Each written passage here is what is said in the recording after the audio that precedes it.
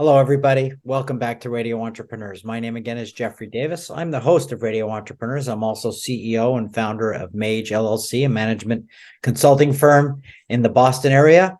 And I think anyone who's listened to the show over the last 8 years or longer knows that every week I like to check in with Mark Furman, director, shareholder at Tarlow, Breed, and Rodgers for our segment, Entrepreneurship and the Law. Welcome back, Mark. Hey, Jeffrey. Great to see you. Thank you, Mark. Uh, Always something going on, Mark. I never have to worry about contacting you about what's going on with the law and business. Every day I'm reading things and I'm trying to understand how it's going to affect the economy in terms of the law. Well, I was thinking about Jeffrey, um,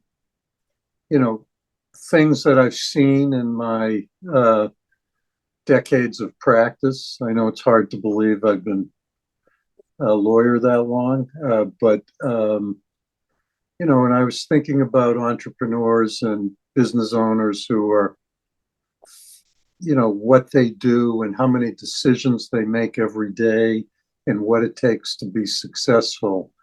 Um, but one of the things I've seen is that nobody does it alone.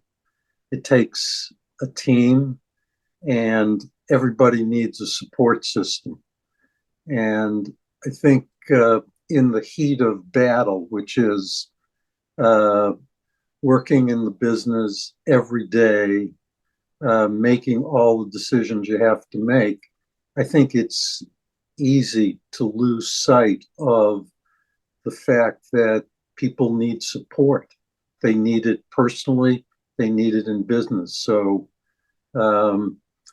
successful business owners that I've seen have had a support system, people that they trust, that they respect, and they want to hear their ideas and what they're to make sure that the company is making good choices, because nobody makes the best choice 100% of the time, even the most successful business owners. So when I think of, the trusted advisors the company need to and should rely on, let's start with what you do, Jeffrey. Being a business consultant, it's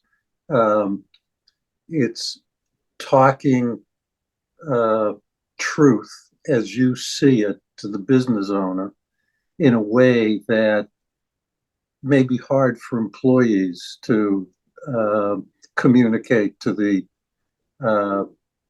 owner. It's, as an employee, sometimes people hear say what they think the boss wants to hear, as opposed to what the boss needs to hear. And professionals who just tell it like it is and say, these are the issues that you have to deal with.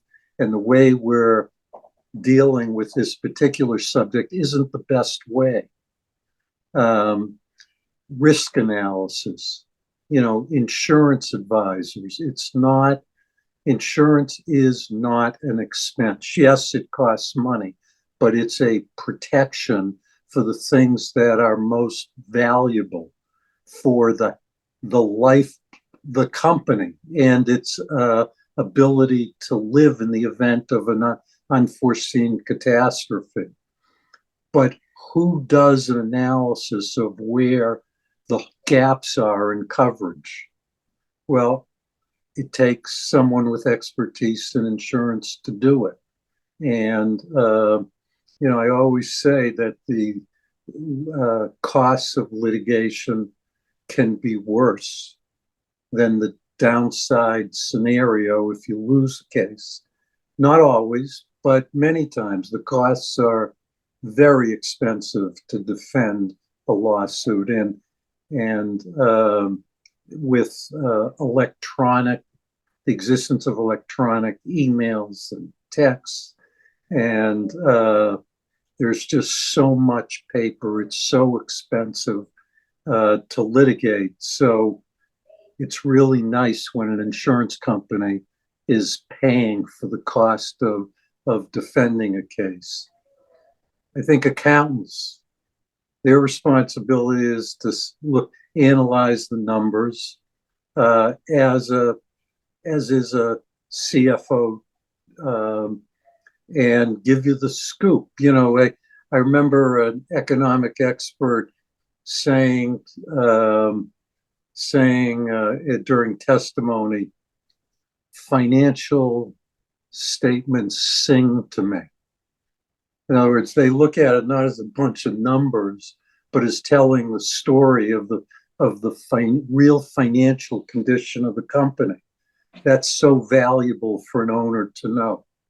And, selfishly, I like to think that lawyers have a role in telling business owners what they need to hear, and not necessarily what they wish they were hearing. So those core advisors, I'm also a fan of boards of advisors who are invested in the company. But I think those core types of skills where people bring experiences from dealing with hundreds of companies and learning from those experiences, a valuable thing for a business owner to hear. So that's what I was thinking about today. Well, Mark, I think you've brought up an extraordinarily important topic, and one all professionals grapple with or grope with. And that is, and I'll roll it back. I know when I was a kid, I was around a lot of family businesses. I grew up in a family business. My father had an attorney, and he had a type of relationship with the attorney as a friend and an advisor, which was not unusual in those days. He saw his accountant once a year, and the accountant was not as involved in the business as they are today. Consultants really weren't someone you really worked with actively. Insurance was basically a life insurance policy. But the world has changed. It is much more complicated. I know when I started as a consultant, I worked independently with the people I worked with inside of family and business organizations. And today I'm almost entirely always involved in a multidisciplinary team. And that comes out of the field of social sciences, where hospitals now, and psychological hospitals, and also, real hospitals, they always work in multidisciplinary teams, because organizations are always about people. People are complicated. We don't know what we don't know.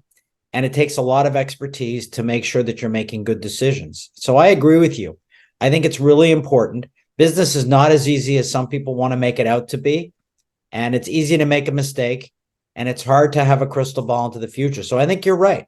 I know for me personally, even as an advisor, I feel much more secure when I'm in a team, when I'm working with an attorney or an accountant or an insurance person or whomever, that I can throw ideas off of, ask them what their perception is, what they're thinking, and go through sort of my thought process on how I would work a company into a next stage. So I think you're right. And I think owners need to understand that this is not an expense, and I'm just going back to support you. It's a fixed cost, has to be budgeted every year, and that is one of intellectual expertise that you need to run the business. So I agree with you. And I'll take it another step, because I was talking about a company that's owned by an individual. Now, when you have partners who may have different views, different expertise, different life experiences, I think it becomes more important, because there's you want to get the ownership on the same page in major decisions. So I know that you have a lot of experience dealing with companies that are owned by a number of people. Sometimes it's involving succession issues, and sometimes it's just different co-owners. And the process of life and the process of the life cycle of a business can lead to differences of opinion. And frankly, in my practice, sometimes it's led to very difficult, protracted, and expensive litigation too, when co-owners don't get along. And so I do think that, what I know you've seen those cases. I know you've worked through conflict among family members and non-family members. I've dealt with those situations many times myself from the legal perspective.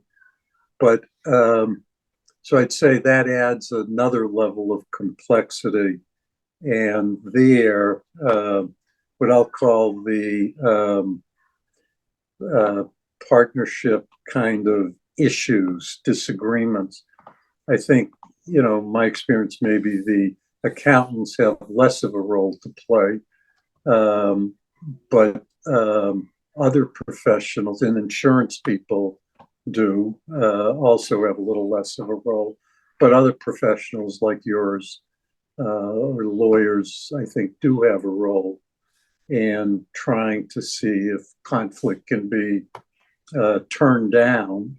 The heat can be turned down for the benefit of the company, because it's really sad when a number of people get together, have an idea, create something, create value, make the company successful, and then when conflict among the owners destroys the business.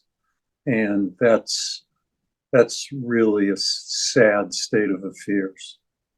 I think you've really touched the nuclear button when you bring up the word conflict, and I don't know if we can cover it all today, but you'll always meet people who use conflict to win, and you'll meet people who love to avoid conflict. When you have a family, sometimes you can get a split in style for conflict. Sometimes you get a uniform style. Both present problems. When you're dealing with professional relationships of partners, you can deal with 10, 12, 13 different styles of how people handle conflict. And managing through to the right solution and not letting the conflict style win versus the right decision is always difficult for people. So I think you bring up a good subject. Mark, if someone wants to understand how to navigate their business more successfully through conflict, how would they find you?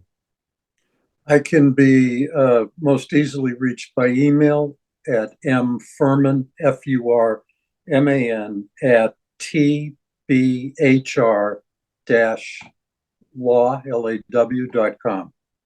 Great.